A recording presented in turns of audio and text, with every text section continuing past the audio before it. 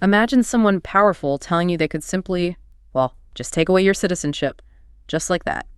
Yeah, it sounds pretty shocking, right? Almost like something out of fiction. Exactly. But it's a statement that actually made headlines recently, and it kicked off a really fiery public exchange. And it's precisely that challenge, to such a fundamental right that makes this whole incident so well worth digging into. Today, we're doing a deep dive into that very public clash between Donald Trump and Rosie O'Donnell. Right, specifically focusing on this whole issue around O'Donnell's U.S. citizenship. Our sources for this are various news reports that covered this specific incident, so we can really get into the details, the claims, the counterclaims. And our mission today, for you listening, is to try and cut through some of the noise. We want to understand what actually happened, what the legal background is, and maybe what this whole exchange reveals about, political talk, power, and citizenship itself. Absolutely. We're going to unpack this fascinating back and forth, look at what was said, what the reality is legally, and what the broader takeaways might be for you. Okay, so let's set the scene. Where did this all start? It kicked off at a rally. Donald Trump was speaking in South Carolina. This was early 2024. And he made some pretty specific remarks about Rosie O'Donnell. Specific how? What did he actually say? Well, he claimed O'Donnell was in Ireland. Mm-hmm. And then he suggested, publicly that she should stay in Ireland. Okay, so locating her somewhere else and telling her to stay there. Yeah, and he also called her a bad person. But it went further than just insults, didn't it? That's what really caught people's attention. It did. He brought up her citizenship. He said, and this is a direct quote the reports picked up, "If I were president, I'd say I'd look into it," meaning her citizenship. Wow. And he tied that to her being in Ireland. He implied she was there because she, quote, couldn't stand it here in the U.S. And he framed looking into her citizenship as something he'd potentially do if he became president again. So not just an insult, but a stated intention to possibly use the power of the presidency to investigate someone's citizenship based on, personal animosity. That's certainly how it came across. A public declaration linking personal dislike and this idea she wasn't even in the country to a potential official action. It definitely struck a chord. Well, you can bet Rosie O'Donnell didn't just let that slide. Her response was pretty quick, wasn't it? Oh, absolutely. Swift and very direct. She went onto social media, TikTok specifically, to respond directly to what Trump had said. And what was her main pushback? First, she flat out denied the factual claim. She said, "I was not in Ireland, Donald. I've never lived in Ireland." Just boom, correcting the record. Okay, fact check first. Exactly. Then she went right to the heart of it. She stated very clearly, "I was born in America, so I am an American citizen," asserting that birthright status. And then she didn't hold back on her opinion of him, right? Mm. The reports mentioned some pretty strong language. No, she definitely didn't. She called him an evil man-child, a lunatic, and described him as unhinged and mentally unwell. So very sharp personal criticism flowed back. But beyond the insults, did she address the citizenship threat itself? She did, and this is crucial. She framed it as a matter of fundamental rights. She pointed out her right to free speech, saying, "I'm allowed to say whatever I want, Donald."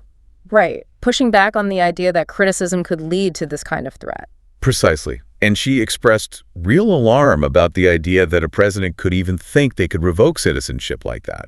She drew some pretty stark historical comparisons. What did she say? She said, "The fact that he thinks he can revoke my citizenship is insane. It's what Mussolini did. It's what Hitler did. You don't have the power to do that." Wow, invoking authoritarian regimes, that's a powerful statement. It really is. And she wrapped it up with a very defiant line, "I will be there to fight you, Donald." So as a full-throated response, factual correction, personal attack, defense of free speech, and a direct challenge to the legitimacy of the threat against your citizenship. Okay, so we've got the rally comments, the sharp TikTok response, a lot of heat, a lot of rhetoric. But now let's get to the core of this deep dive. What's the actual legal situation here? Can a U.S. president just decide to look into and potentially revoke the citizenship of someone like Rosie O'Donnell, who was born here? Right. This is the crucial point, the aha moment, maybe. And the answer, based on U.S. law, is pretty straightforward. Which is? Despite the threat, despite the drama, the U.S. legal system makes it virtually impossible for a president, acting alone, to just strip citizenship from a natural-born citizen. So all the legal analysis our sources point to basically says it can't happen like that. Essentially, yes. Birthright citizenship is a cornerstone of U.S. law, deeply embedded. Losing it is incredibly rare for someone born in the U.S. what would it actually take? It's not impossible, but it's not up to the president's whim. Exactly. It typically requires very specific, very limited circumstances. Things like, the person voluntarily giving up their citizenship, renouncing it formally, or in some extremely rare cases, maybe a conviction for certain specific crimes like treason, where denaturalization might be part of the sentence. But even that's complex and not common for natural-born citizens. So the idea of a president just saying, I'm looking into it and potentially canceling it, that's just not how it works. Correct. A president simply does not have the unilateral authority to declare a natural-born citizen's status null and void. The legal framework just doesn't grant that power. This really highlights a major gap, doesn't it, between political talk, maybe even threats, and the actual legal powers of the office. It absolutely does. It shows how rhetoric can sometimes float free from the constraints of law. What someone says they would do or could do isn't always tethered to what the Constitution or statutes actually permit. So, okay, legally, the threat might be empty, but does this kind of exchange still matter? What are the broader implications when something like this happens? It's not just about Trump and O'Donnell, is it? No, not at all. It tells us a lot about the current state of political discourse. You see the use of personal attacks, sure, but also the weaponization of, threats against fundamental rights, even if those threats aren't legally sound. So it's about the impact of the statement, even if it can't be carried out. Exactly. It can raise questions in the public mind, maybe sow doubt or confusion about how secure something like citizenship really is. It can also, frankly, energize supporters or intimidate opponents, regardless of the legal facts. And it kind of plays on perhaps a public misunderstanding of these core legal principles. That's a big part of it. If people aren't sure about the rules around citizenship, hearing a powerful figure question someone's status can be unsettling, maybe even make them wonder about their own rights, even if logically it doesn't apply. It highlights how rhetoric can sometimes exploit gaps in public understanding. So for you listening, what's the key takeaway here? Why is it important for us to understand the difference between these political statements and the actual legal reality?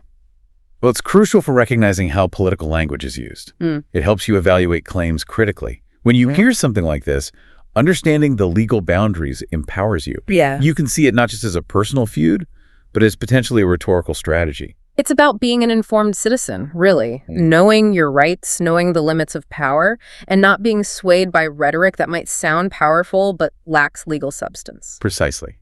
It helps you see past the noise and understand the actual stakes and the actual rules of the game, especially when it comes to something as fundamental as citizenship.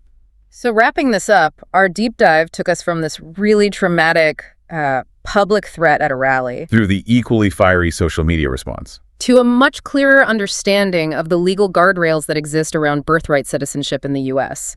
It's a reminder that words carry weight, definitely, but they don't always align with legal authority. Yeah, and maybe the final thought to leave you with.